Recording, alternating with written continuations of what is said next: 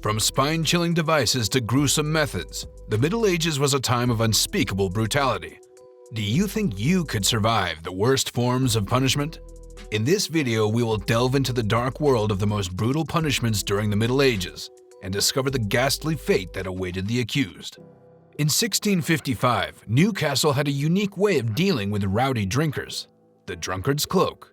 This barrel-shaped contraption was designed to trap the offender inside, with only holes for their hands, feet, and head. The miscreant would then be paraded through the streets, enduring ridicule and taunts from the amused crowd. The punishment was so effective that it became known as the ultimate hangover cure. Europe was no stranger to gruesome public executions, but the fate of Balthazar Gerard shocked and sickened people across the continent. In 1584, Gerard was put to death in Delft, the Netherlands, for the murder of William of Orange. His sentence was death, preceded by 18 days of unimaginable torture. Gerard was flogged, dipped into boiling oil, had honey rubbed into his wounds, and even had a goat brought in to lick it off, which refused. His limbs were stretched, armpits branded, and feet shrunken by fire before the skin was torn off. Over the next 2 weeks, red-hot tongs tore at different parts of his body, and left for 6 hours. His legs and one arm smashed to pieces. The executioner eventually garroted him, disemboweled him, and quartered him. This method of punishment, intended for crimes such as adultery, witchcraft, and murder, involved a chair full of spikes. While it may resemble a bed of nails where weight is evenly distributed, the iron chair offered a slow and excruciating agony. The prisoner would be forced to sit down and restrained with metal straps and rods, while the executioner progressively tightened the latches, driving the spikes deep into the skin. To make matters worse, burning coals would be placed under the chair, heating the metal and causing severe burns. This torture would last for days, and death rarely came until the prisoner was released, at which point infections would claim their life. Around 2,500 years ago in Athens, a man caught committing adultery could face public humiliation in the agora. The punishment was called raphinidosis, and it was a harsh and painful ordeal.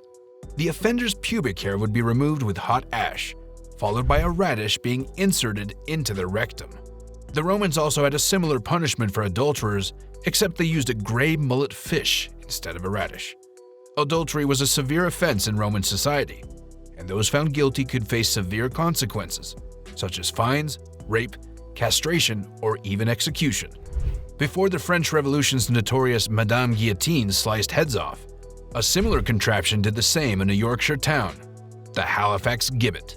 From at least 1541 to 1650, around 50 people lost their heads to this 5-meter-tall device. With no official executioner, each gibbet execution was a bit different. Sometimes a member of the crowd pulled the rope, or the victim of the criminal offense did it themselves. But the most interesting executions happened when the punishment fit the crime.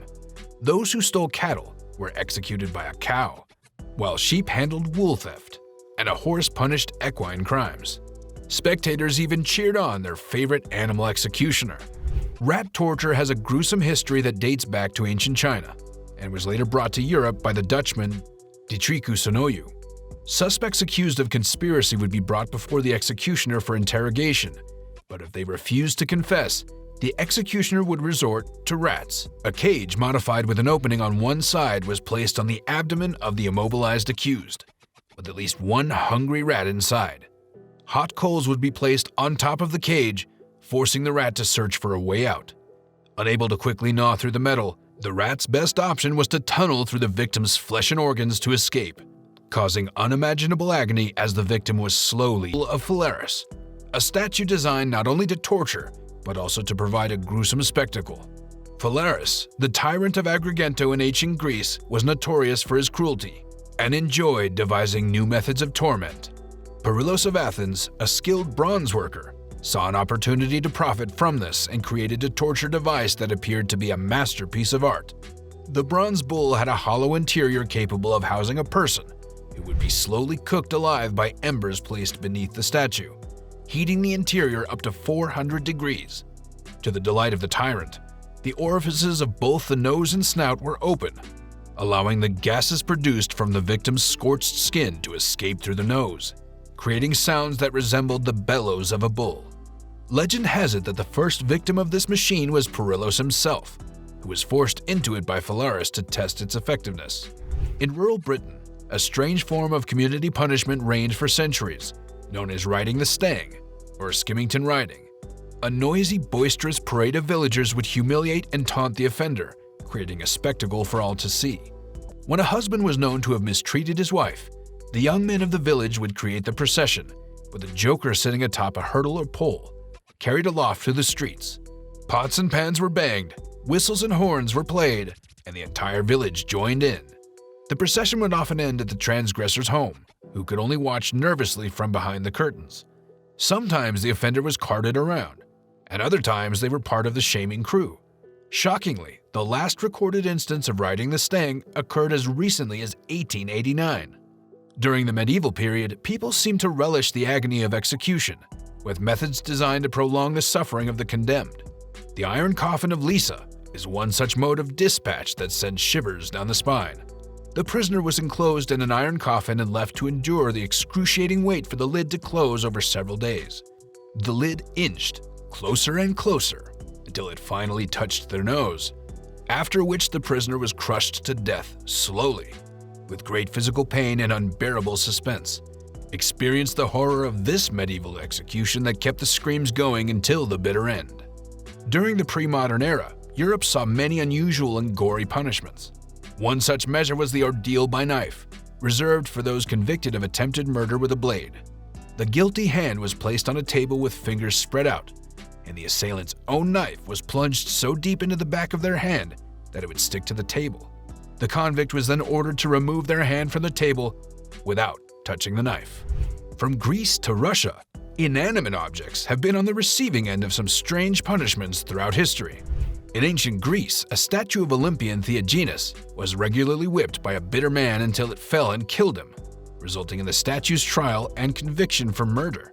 In Ugly, Russia, a town bell was exiled to Siberia and whipped after sounding an alarm that led to a deadly riot.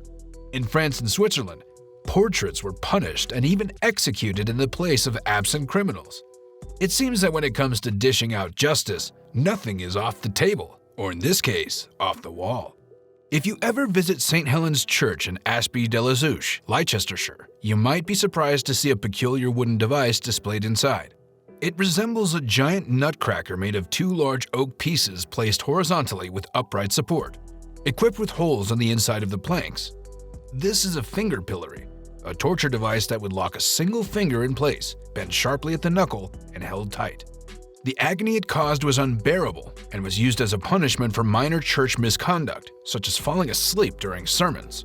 During Tudor and Stuart England, the finger pillory was also utilized as a Christmas punishment by the Lords of Misrule. However, its use dwindled by the 19th century. For a chilling look into the past, consider the Baiser de la Vierge, or Virgin's Kiss, an execution method that took place at a castle in Baden-Baden, Germany. Criminals were chained up and lowered down a deep shaft into a dark dungeon. After hours of torture, they were commanded to kiss a statue of the Virgin Mary at the end of the room. As they leaned in for the kiss, a trap door opened and they plummeted down a shaft lined with spiked wheels that tore at their flesh. Even centuries later, remnants of bone and fabric could be seen on this gruesome device. There you have it, a glimpse into the gruesome world of punishments during the Middle Ages. It's hard to imagine the pain and suffering that people endured for their crimes. While we may be grateful for the more humane methods of punishment that we have today, it's important to remember the lessons of history and work towards a more just and compassionate society. Let's hope that we never have to endure the horrors of the past again.